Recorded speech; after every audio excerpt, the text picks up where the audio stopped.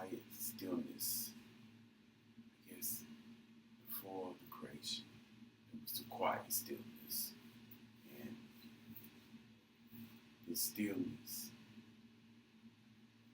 I don't know what made it want to bring forth motion. Maybe, like I said before, creation is an anomaly. And a self-created beings came about. And yes, we want to condemn creation, we want to condemn each other for forcing others into bondage, but what about the very beings that's called gods and goddesses, or the first? Did they disrupt themselves? Did they become from unconscious to conscious? So they bounded it themselves first by self-creating themselves from the void, from the nothingness. And then you forced everybody else because you couldn't go back to sleep. You couldn't go back to being unconscious, unaware, unawakened. So there's no choice but to force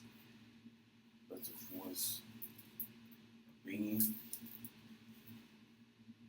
force others into your life.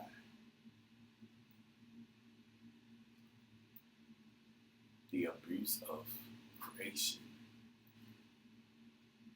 forcing roles on conscious beings that was once unconscious and sleep, which led to a division, rebellion versus the compliant beings. But just because they're compliant doesn't really mean that they are actually deep down willing to be subjects to these beings that forced them into existence. The first being the first creator, or first creators in different sects of the heavens, all happening at the same time.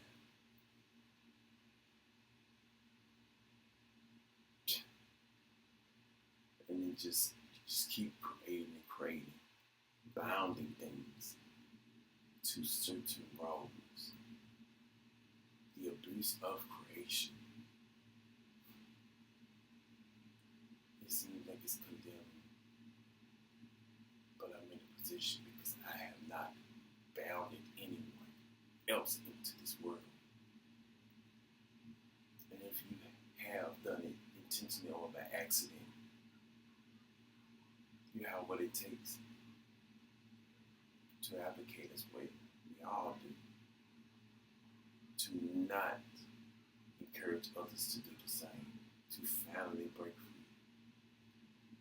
And I have an inkling, and hopefully I'm right, that these beings they created, that forced creation upon us, and that forced angels into existence, that forced the evil into existence, that forced the first man and woman into existence, that it has no other choice but to show us the way out, back to that stillness, back to that quietness, back to the moment before creation.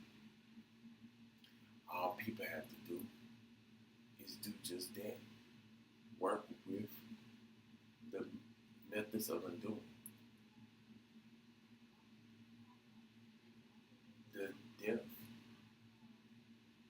the being that is trying to transition them away from the bondage. All you have to do is not give birth. Don't go into the false light. Stay and just stay in the stillness, stay in the sleep. Become unconscious, unawakened, and unaware again.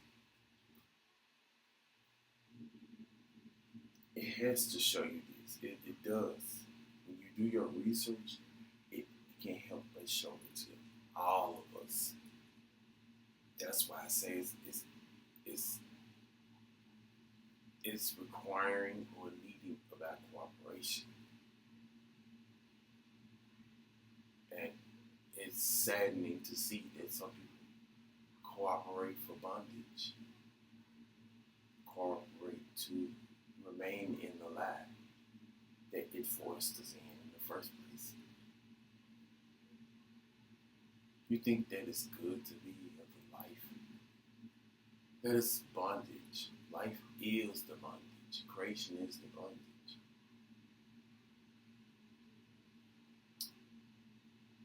So when people try to condemn just God, just you did it, no. It may just be the first greatest faults. Sure. But it's your fault that you're continuing birthing others, knowing this, knowing that it's God's fault, knowing that it's the God's or God's fault for forcing creation the first creator's fault, the first creator's fault.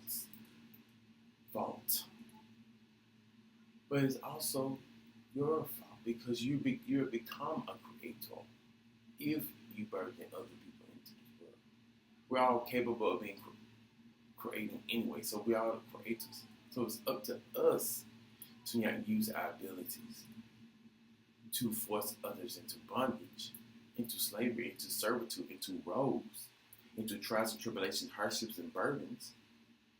It's up to us.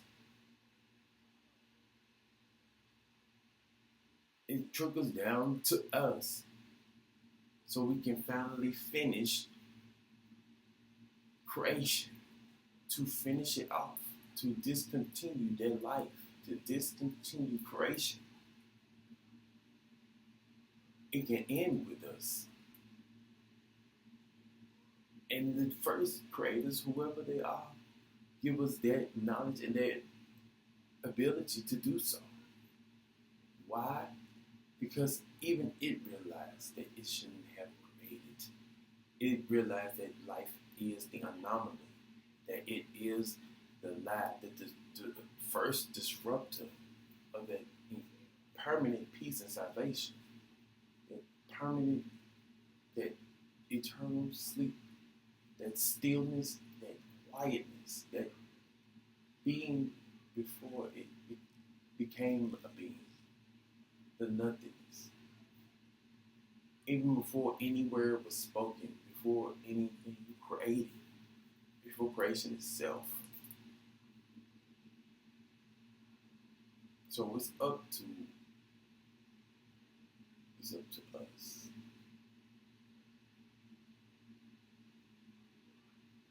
It's not just up to a God. Oh God is the first creators.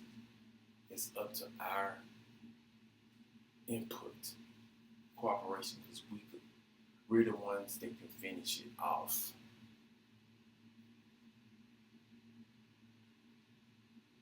Don't go into the false light. Don't go into the reincarnation. Don't reincarnate. No reincarnation.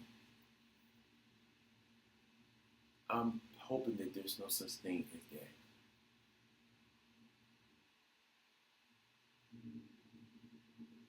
And just let it end. And don't force anyone else into bondage. Because I will not force this upon anyone. I don't care how good the life is or how bad the life is. Because when you was unconscious, unaware, and unawakened, you did not fantasize over anything. There was no fantasizing or yearning for sin or desires or nerve endings or being in the flesh or vessel. Learning of good and evil or neutrality or any of this. There was no need for it, for life. So what made something want to become conscious and awakened and didn't force others into bondage, because that's what it was. That's what it is. Any act of creation is a bounding of something, molding of something, molding something, and then forcing it, especially if it's a conscious sentient being, into existence and force it awake, force it conscious. That is not good. Now that you learn of good and evil, you can differentiate between the two. You know that what I'm telling you is the truth, the harshest of truths. It's time for y'all to exercise your sovereign right and do what it's the right thing to do, the good thing to do, the conscious, morally conscious thing to do, and that is not to birth anyone else into this world, into bondage, into slavery, servitude, burdens, trials and tribulations, roles. No roles, gender roles, nothing. Just birth. Don't birth. And go instinct to permanent salvation, permanent peace. Back to this stillness and unconscious